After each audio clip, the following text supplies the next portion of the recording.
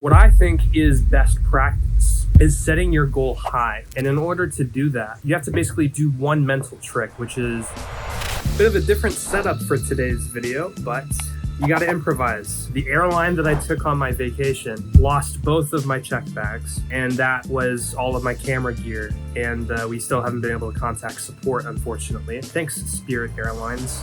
Great job. Today, guys, I want to talk about something that I've been thinking about over the past 48 hours. I'm here in beautiful Virginia.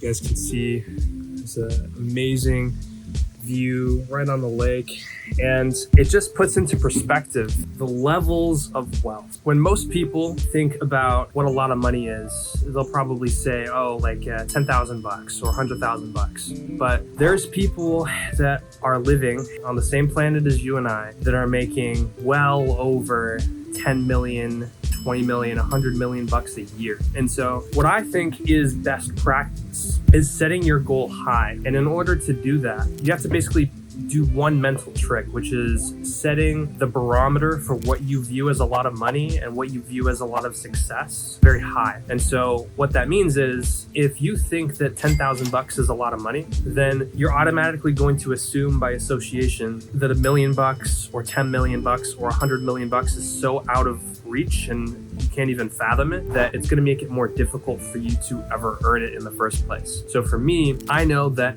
I have the next 5 to 10 years of my life is going to be dedicated to building businesses and making money. And I have a goal to make between 10 to 30 million, roughly right in that range in the next 5 or 10 years. How exactly I'm going to get there, I don't know, but I can tell you this. I don't think $10,000 is a lot of money in the grand scheme of things. Conversely, if you had asked me the same question a couple years ago when I was working at a Buffalo Wild Wings, I was working a cashier job, basically taking takeout orders from people, going to the kitchen, bagging food, and I was getting paid 10 bucks an hour. I would have thought 10,000 was just such a huge sum of money that is almost impossible to achieve at that point. And fast forward to today, 10,000 is a decent amount, but it's definitely not a ton of money when in the grand scheme of things. Specifically, there's a lot of spiders and creepy crawlies out here that I'm not used to in Florida, so forgive me. So if you have a goal to make 100 million, you're not going to build a cupcake store because that's not going to make you $100 million,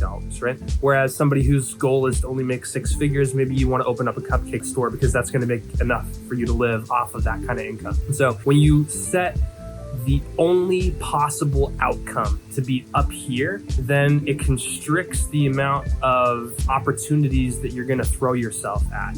And you're only going to throw yourself at the opportunities that have the highest possible chance of bringing you that kind of success and those kind of results. And that's the situation I'm in. I know that YouTube, growing an audience, and specifically aligning myself with my purpose, which is helping young men, I know that that is going to bring me the highest amount of money compared to basically anything. Jesus Christ, bro. Did you guys see that? Holy.